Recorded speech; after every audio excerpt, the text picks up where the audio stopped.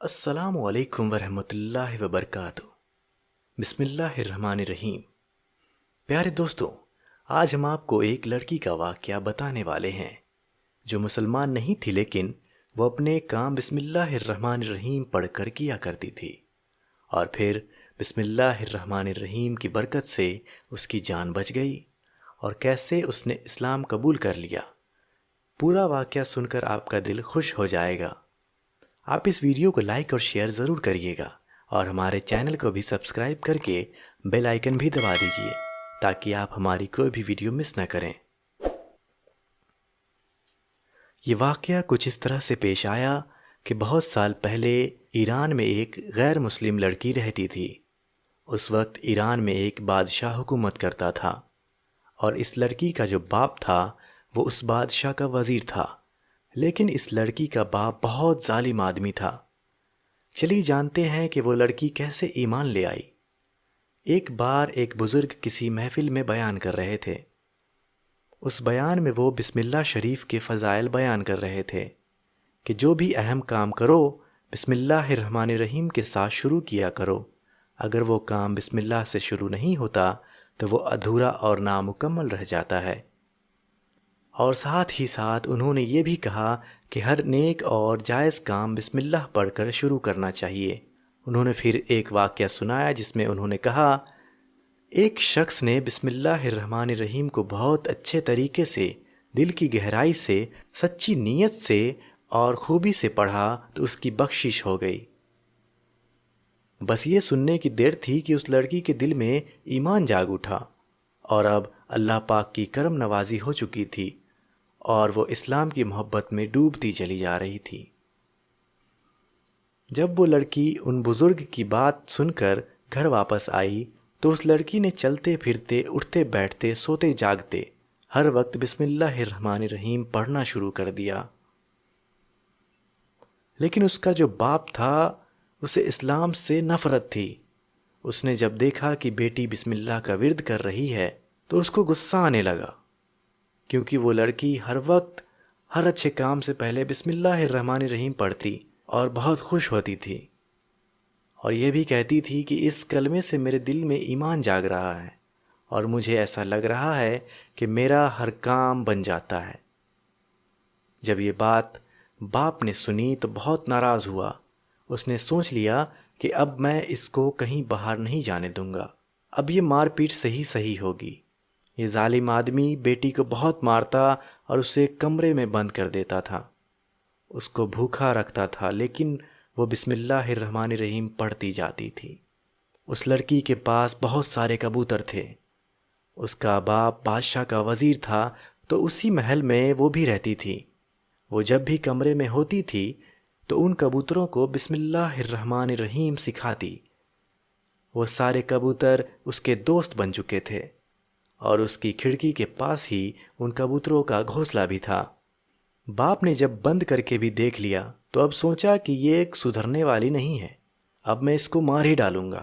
اس کے بعد اس ظالم باپ نے ایک سازش رچی کہ بادشاہ کے پاس ایک ہیرے کی انگوٹھی تھی، اور وہ اس انگوٹھی کو بہت سنبھال کر رکھتا تھا۔ جان سے زیادہ وہ انگوٹھی بادشاہ کو عزیز تھی۔ ایک بار بادشاہ سو رہا تھا اور انگوٹھی اس کے سرہانے رکھی ہوئی تھی۔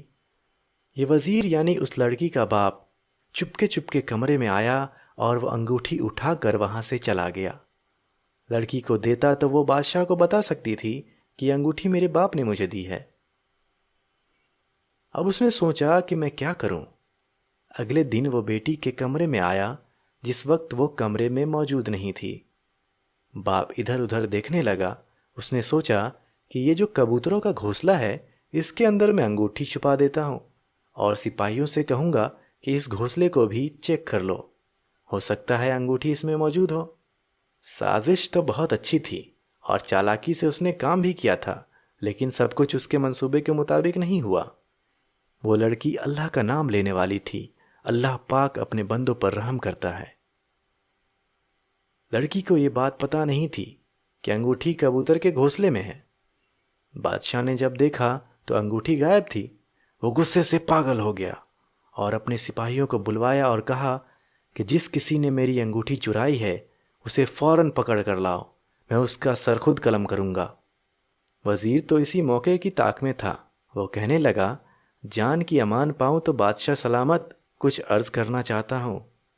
آپ باہر کے لوگوں کو کیوں دیکھ رہے ہیں؟ آپ کو سب سے پہلے اس محل سے تلاشی شروع کرنا چاہیے۔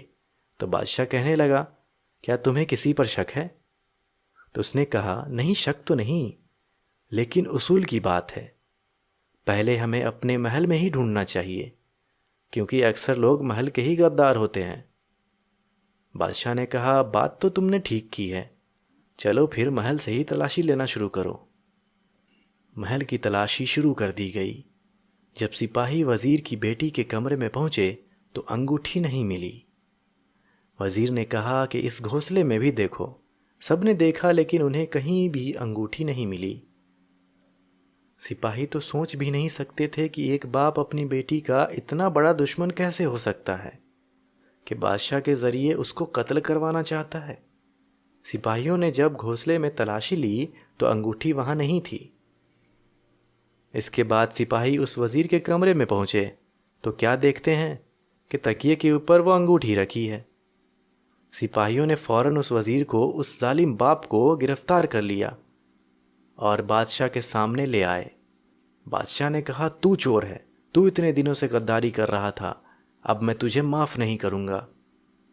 بادشاہ نے تلوار اٹھائی اور ایک جھٹکے میں اس کا سر اس کے جسم سے جدا کر دیا۔ تمام درباری دیکھ رہے تھے، یہاں تک کہ وہ لڑکی بھی دیکھ رہی تھی۔ یہ منظر دیکھ کر وہ لڑکی بھی رونے لگی۔ اس کو تو پتہ ہی نہیں تھا کہ اس کا باپ اس کا کتنا بڑا دشمن تھا۔ دوستوں، اب میں آپ کو بتاتا ہوں کہ وہ انگوٹھی وزیر کے کمرے میں کیسے پہنچی۔ جیسا کہ میں نے آپ کو بتایا کہ وہ لڑکی ان کبوتروں کو بسم اللہ سکھاتی تھی۔ جب اس کا ظالم باپ انگوٹھی رکھنے آیا تو کبوتر اللہ پاک کی قدرت سے یہ بات سمجھ رہے تھے، اور وہ جو کبوتر تھا جس کے گھونسلے میں وہ انگوٹھی رکھی گئی تھی وہ اڑنے لگا۔ جب اڑنے لگا تو انگوٹھی اس کے پیروں میں پھنس گئی۔ اب وہ اڑ کر اس ظالم باپ کے کمرے میں گیا اور انگوٹھی اس کے بستر پر گرا دی اور واپس کمرے میں آ گیا۔ یوں اس طرح وہ لڑکی بسم اللہ کی برکت سے بچ گئی۔